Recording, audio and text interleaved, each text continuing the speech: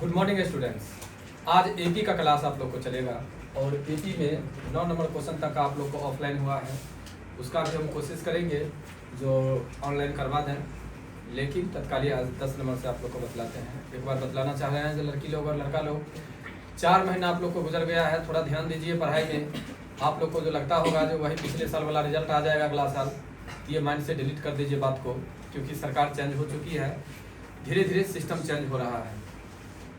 शादी ब्याह मरनी हरनी जनेऊ सब आते ही रहेंगे और जाते ही रहेंगे। आप लोग को उससे दूर रहना चाहिए था, लेकिन आप लोग उसमें ज़्यादा इन्वॉल्व हो रहे हैं। 50% स्टूडेंट हो गए हैं। अब जो आ जाते हैं ये भी नहीं है जो छोड़ दिए, जो आ जाते हैं वो कल नहीं आते हैं और जो कल आते हैं वो परसों नहीं आते हैं।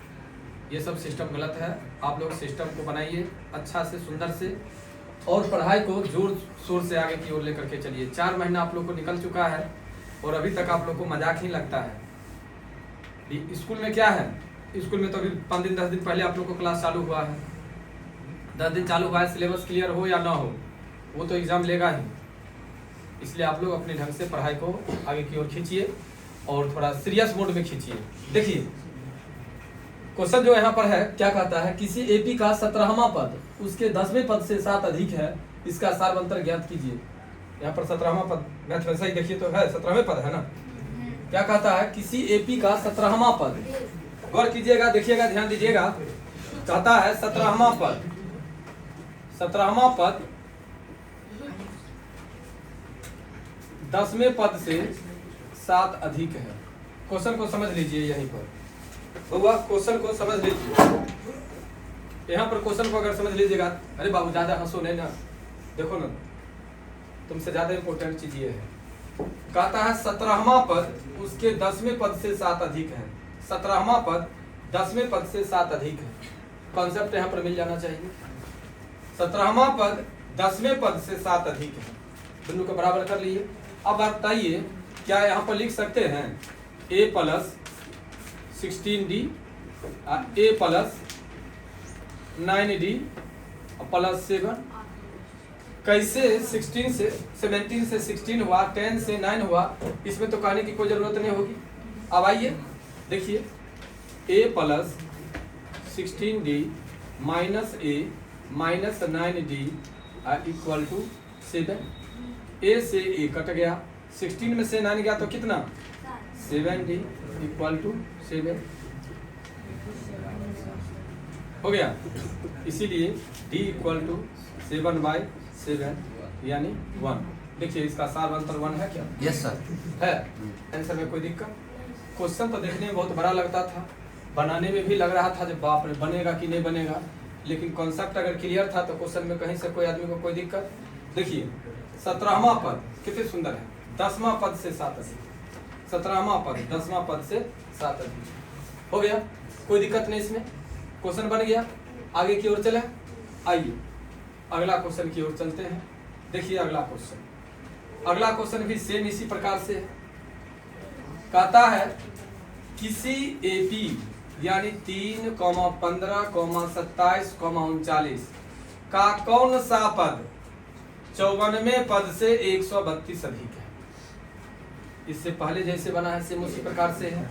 अब इसको कैसे हम करेंगे, तो देखिए a बराबर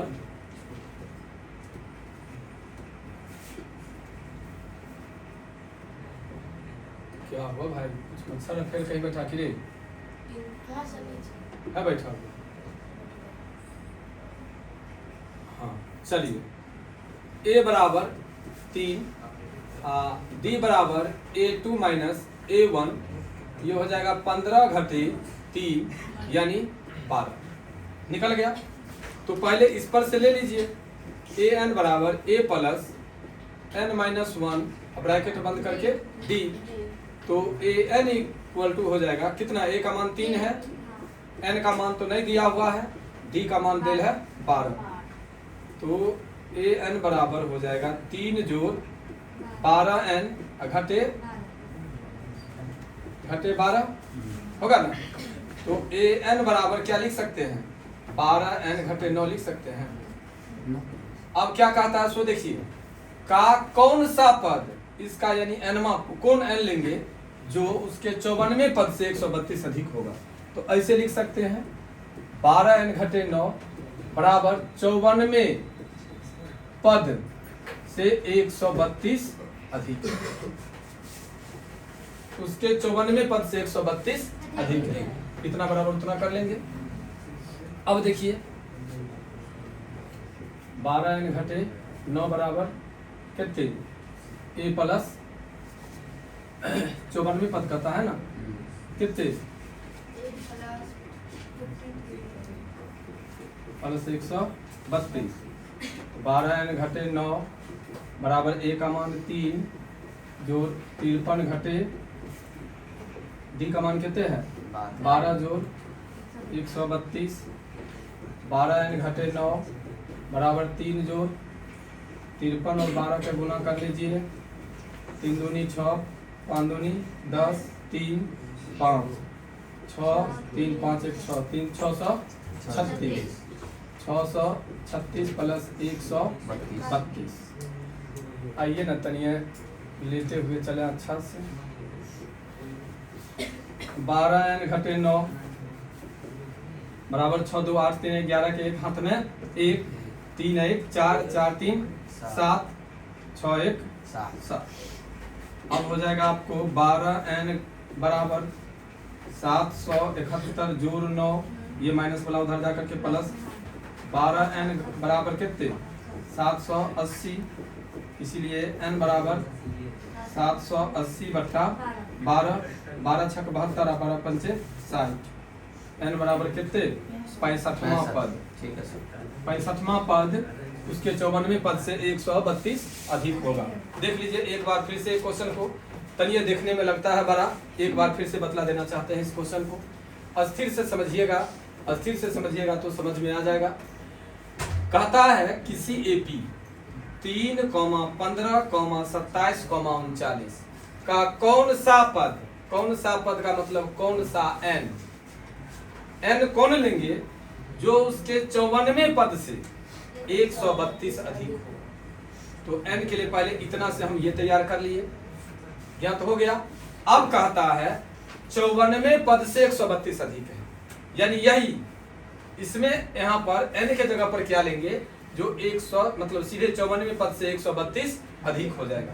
तो आप समझिए a का मान कितने निकलल है 3 और d का मान कितने निकलल है 12। तो भैया देखिए a है और यहाँ पर 54 के बदला में कितने आ गया 1 घट जाता है 53 132। अब a का मान 3 और d का मान 12 मान बैठाते हुए नीचे की ओर आए तो n बराबर क्या निकल गया 65। और आपका आंसर भी 65 ही है। और कहता भी है जो कौन सा पद तब 65वां पद कौन से 54वें पद से 132 अधिक है। कोई दिक्कत। आइए अगला क्वेश्चन की ओर चलते हैं। अगला क्वेश्चन की ओर चलते हैं। देखिए अगला क्वेश्चन क्या कहता है। क्वेश्चन सब एकदम मजेदार क्वेश्चन सब है। आइए कहता है 2 समांतर श्रेणियों का सर्वांतर समान है।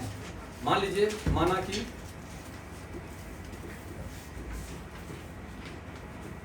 कि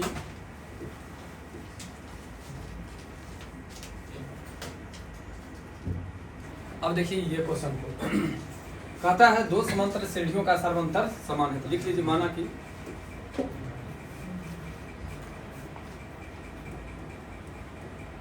कि सर्वांतर बराबर d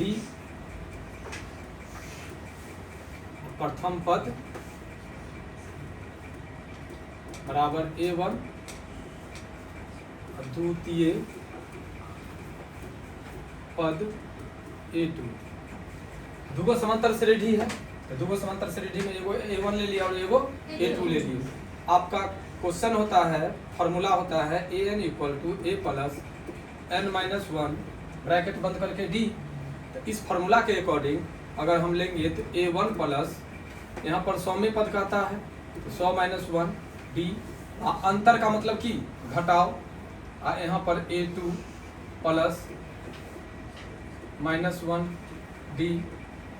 अंतर कितने दिल है 100वें पद का अंतर 100 दिल है, 100वें पद दे दिए। अब देखिए यहाँ पर a1 plus 99 99D minus A2 plus 99D बराबर कितना 100। ये हो जाएगा आपको A1 plus 99D minus A2 minus 99D बराबर 100। ये माइनस और ये प्लस, इसलिए हो जाएगा A1 प्लस माइनस, इसीलिए A1 minus A2 equal to कितना 100 हो गया। अब इतना बात अगर समझ गए, इतना बात अगर समझ गए, इसी चीज को इधर लिख लीजिए। कैमक आता है तो इसके 1000वें पद, 1000वें पद का मतलब कि माइनस 1D। अब फिर यहाँ पर ले लेंगे कितने A1 plus A2 minus 1 bracket बंद करके D। कहता है एकर पद ज्ञात करने के लिए ना, एकर पद कहता है ज्ञात करने के लिए। तो अब लीजिए A1 प्लस कितने 999D minus A2 minus 999D बराबर निकल गया, तो ई से ही कट गया। A1 माइनस A2 बराबर, तो A1 minus A2 equal to कितना है 100। तो A1 minus A2 equal to कितना हो जाएगा 100। यही लगभग आपका आंसर होगा। ठीक है, क्वेश्चन को एक बार फिर से समझ लीजिए। दो समांतर श्रेणियों का समान अंतर है, सर्वांतर समान है, तो दोनों के लिए सर्वांतर क्या होगा D होगा। कहता है यदि 100वें पद का अंतर, अगर वो जो दोनों समांतर श्रेणी है उसका 100 गो पद, 100 पद का मतलब कि 99, इसमें कहता है 1000वें पद का, तो 1000वें का मतलब कि 999, तो एक सर्वांतर क्या होगा। तो जब A1 minus A2 equal to 100 आया, तो यहाँ भी A1 minus A2 equal to क्या होगा 100 हो गया। क्वेश्चन में कोई दिक्कत नहीं। आइए उतारने के लिए तो उतारिए लीजिएगा रोक करके। आ जाते हैं अगला क्वेश्चन की ओर, देख लीजिए अगला क्वेश्चन क्या कहता है। यहाँ से बड़ा मजेदार बातें हैं, खाली आप लोग को देखना है और क्वेश्चन फटाफट आगे की ओर बनाते चलना है। कहता है 3 अंकों वाली कितनी संख्या 7 से विभाजित है। 3 अंकों की संख्या। अब 3 अंकों वाली संख्या में कैसे चलेंगे, तो देखिए 3 अंकों की संख्या के लिए सबसे पहले हम लोग लिखेंगे 3 अंकों की संख्या है क्या होगा। देखो 3 अंकों की संख्या है तुमको 100, इन्हें है तुमको 3 अंकों की संख्या 999। ऐसे अगर एक बढ़ा देंगे तो ये हो जाएगा कौन सी 4 अंक की संख्या, इसमें एक घटा लेंगे तो हो जाएगा 2 अंक की संख्या। तो इसका मतलब 3 अंकों की सबसे छोटी संख्या 100 और 3 अंकों की सबसे बड़ी संख्या। कहता है वाली कितनी संख्याएं 7 से विभाजित है। आई में मतलब 100 क्या 7 से विभाजित है नहीं है, चेक कर लेते हैं। देखो यहाँ पर हम चेक करेंगे कैसे। 7 से भाग देंगे तो 7 इकाई 7 बच गया 3, 7 5 35 यानी 5, 105। AP बराबर 105। 105 एक ऐसा संख्या है जो 7 से विभाजित है। 1 2 3 4 नहीं है, यानी 101 102 103 104 नहीं है, चेक कर लिए हैं। अब 7 और 5 12 ले लो इधर से, इधर देख लो घटा लो, जो इधर कौन होगा 7 से 7 इकाई 2 7 चौक 28 1 7 दूनी 14, 5 घटा लो, 5 घटा लोगे तो कितना होगा 994 हो गया। इधर से उधर तक में पूरा समझ में आ गया। अब देखो क्या करना है इसको। A बराबर यहाँ पर कितना 105, D बराबर 112 में से 105 गया तो 7, AN बराबर 994। सर ये क्या कर दिए 994, हम तो समझे ही नहीं कुछ। होगा कहता कितनी संख्याएं यानी n कहता है निकालने के लिए, क्या कहता है n निकालने के लिए कहता है, इसका मतलब AN होगा।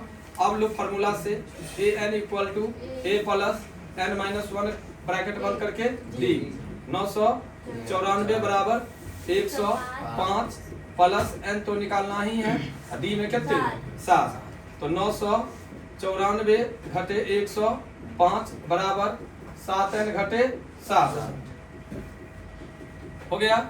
अब लो 14 में से 5 गया तो 9, 8 और 9 में से गया तो 8, ये माइनस इधर आकर के प्लस बराबर 7n हो गया।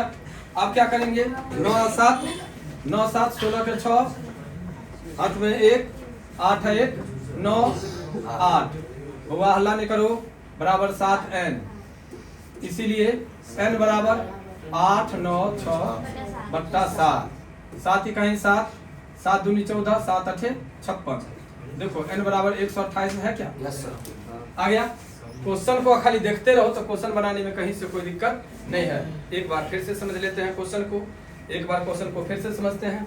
आदित्य गौर से देखो भाई, 3 अंकों वाली कितनी संख्याएं का मतलब n ज्ञात करना है।